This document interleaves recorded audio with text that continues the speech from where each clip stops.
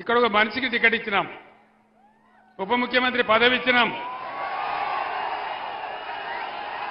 ఎందుకు మారిపోయింది ఆయన పార్టీ? ఎందుకోసం మారింది పార్టీ? నేను ఒక్కటే మాట చెప్తా ఉన్నా, కడియం శ్రీహరి సరే నేను అనలేను,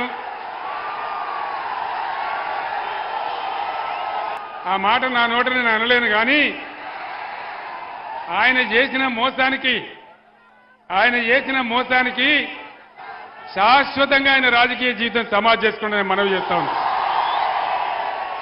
ఇంకొక 3 నెలల్లో సుప్రీంకోర్టు తీర్పు ప్రకారం ఇంకొక 3 నెలల్లో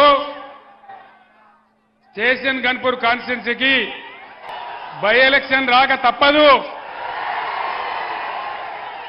మన రాజయ్య ఎమ్మెల్యే కాక కూడా తప్పదు.